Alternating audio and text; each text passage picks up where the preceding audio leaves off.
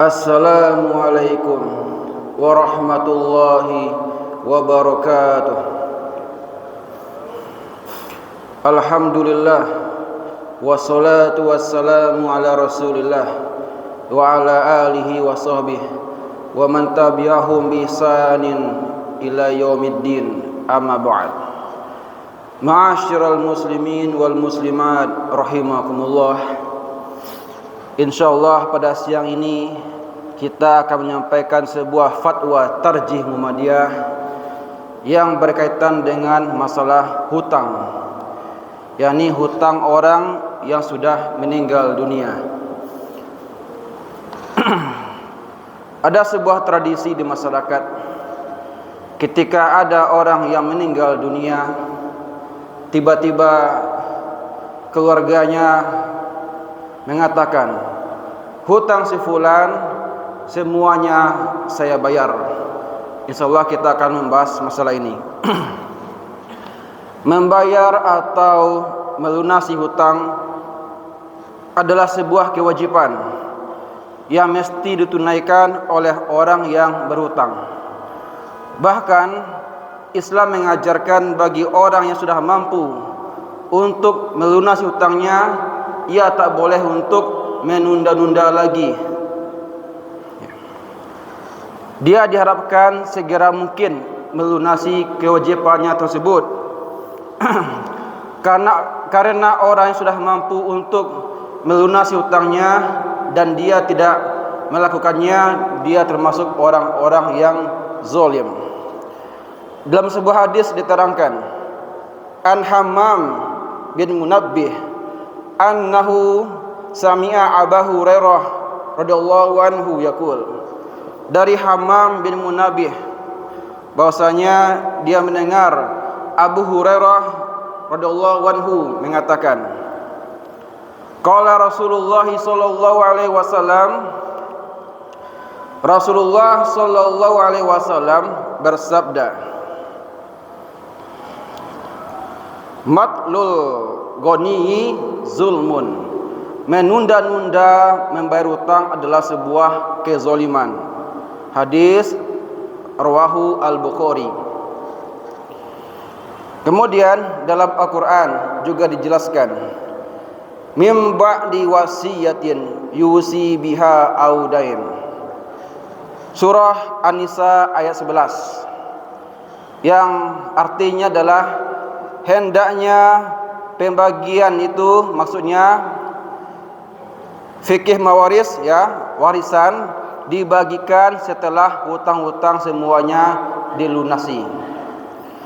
Dalam pada itu, mengambil alih tanggung jawab orang yang berhutang yang tak mampu untuk melunasi hutangnya adalah sebuah perbuatan yang sangat baik. Namun hendaknya hal ini bukan hanya sekedar basa-basi saja. Dan bagi orang yang memang serius untuk melakukannya, ia sudah termasuk ke dalam orang yang telah menolong dalam kebaikan. Allah Subhanahu wa taala berfirman, wa ta'awanu 'alal birri wat taqwa. Tolong menolonglah kalian dalam kebaikan dan ketakwaan. Wala ta'awanu 'alal ismi wal udwan. Dan jangan tolong menolong dalam berbuat dosa dan pelanggaran. Juga dalam sebuah hadis diterangkan, An Abi Hurairah radhiyallahu anhu qala, dari Abu Hurairah radhiyallahu anhu ia mengatakan, qala Rasulullah sallallahu alaihi wasallam, bahwasanya Rasulullah bersabda, man nafasa an mu'min kurbatan min kurabid dunya nafasallahu anhu kurbatan min kurabi yaumil qiyamah. Yang artinya, barang siapa yang melapangkan kesusahan seorang mukmin di dunia, maka Allah Subhanahu wa taala akan melapangkan urusannya di akhirat. Wa man yassara ala mu'sirin yassarallahu alaihi fid dunya wal akhirah. Dan barang siapa yang memudahkan urusan orang lain, maka Allah Subhanahu wa taala akan memudahkan urusannya dunia dan akhirat. Wa man satara musliman satarahullahu fid dunya wal akhirah. Dan siapa saja yang menutupi aib seorang muslim, maka Allah Subhanahu wa taala akan menutupi aibnya dunia dan akhirat. Wallahu fi aunil abdi ma kana al abdu fi auni akhihi. Allah Subhanahu wa taala senantiasa menolong hambanya selagi hambanya itu mau menolong saudaranya. Rawahu Muslim. Kemudian dalam hadis lain, An Salamah bin Al-Aqwaq radhiyallahu anhu, anna Nabiyya sallallahu alaihi wasallam utiya bi janazah liyusolli alaiha. Bahwasanya Rasulullah pernah didatangkan kepada beliau seorang jenazah atau orang sudah meninggal dunia. Faqal hal alaihi min dainin. Waktu itu beliau bertanya, apakah orang ini ada hutang? Qalu la fasalla alaih. Waktu itu sahabat mengatakan orang ini tidak ada hutangnya, maka beliau pun mensolatinya. Summa utiya bi janazah ukhra. Kemudian didatangkan jenazah lain. Faqal, beliau pun bertanya kembali, hal alaihi min dain, apakah orang ini punya hutang? Qalu na'am.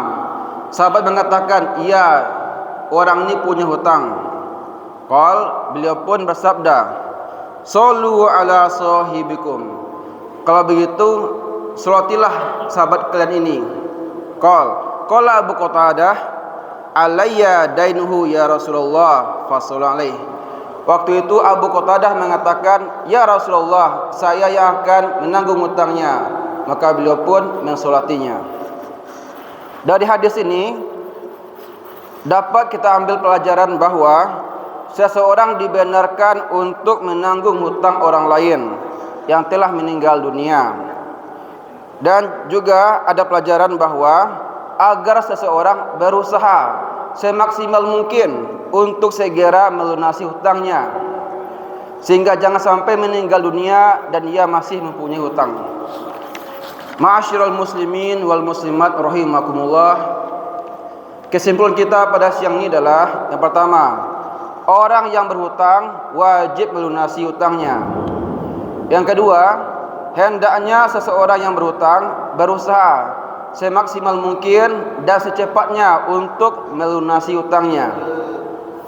Kemudian yang kedua, Islam tidak membenarkan menunda-nunda membayar hutang bagi orang yang telah mampu untuk melunasi kewajibannya itu.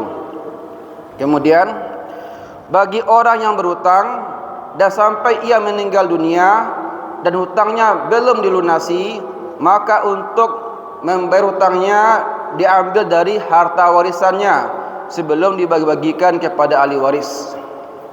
Dan yang terakhir, Islam mengajarkan dan menganjurkan agar menolong orang yang dalam kesusahan, termasuk dalam kesulitan membayar hutang.